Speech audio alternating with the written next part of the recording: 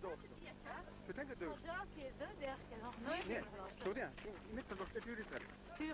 Dus haal door dat erin. Hallo. Nou aan de toon, ja. Ik wil voor het eten, yes.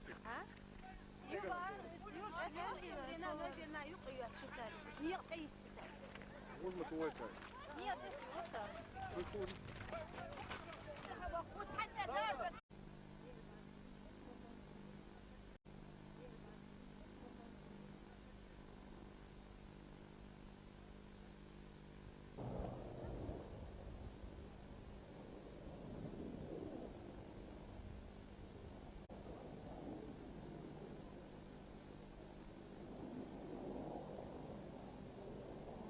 Sonra şu yukarı ödük.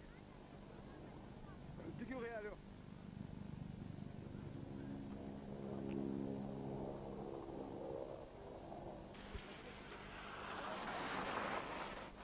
Ha.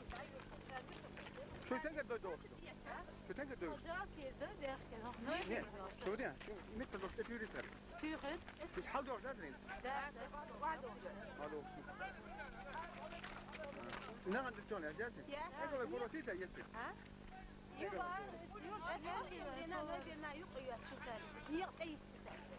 Hoe moet het worden? Goed goed.